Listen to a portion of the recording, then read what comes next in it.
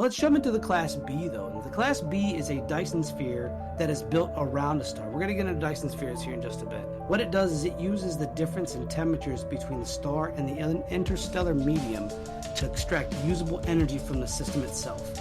It would use a heat engine. Now, a heat engine is an engine that converts heat to mechanical energy, or photovoltaic, and that's a conversion of light into electricity. That would be the cells.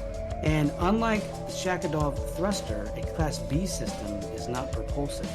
The thing with Dyson Spheres that you have to remember is a lot of them, or most of them, if not all of them, are built straight around planets.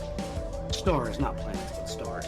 The thing with a lot of these too is we don't have the energy to build this stuff. We don't have it. We don't have the energy to build it whatsoever. And that kind of sucks because I would love for us to be able to have that kind of power, but I don't think we could. They said that we have enough power if we used all the uranium and it was like all the fossil fuels, all the uranium, and you could only get something the mass of Mount Everest out into space. And you would need a lot more than that, especially if you wanted to get a Dyson Sphere going. Now, they're talking about building it off Mercury because it's closest to the sun.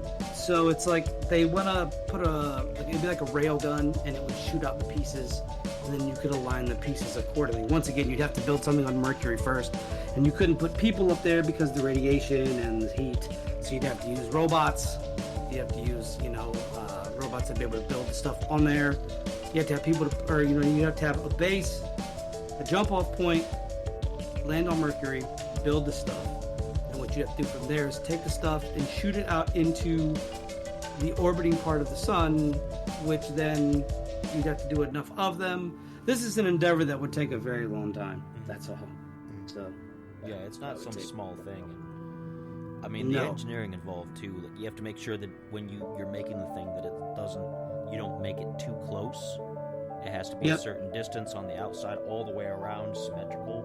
Because if any part of it's too close, then the sun's going to burn on through, or any number of things, like the gravity's going to be off, all that kind of stuff. So it's a really high-end engineering thing that would take a long time first to get the building blocks up there, and then second to make sure that as you're building it, you have to constantly adjust for stellar drift and all kinds of different things to make sure that it's actually going to sit right and work the way that you want it afterwards.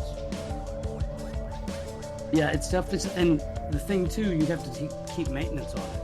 It's just in the pre-planning stages at this point, so I don't know where we would go from after drawing board to actually making it happen. We'd have to solve a lot of problems here first in order for us to get where we need to get to in that regard.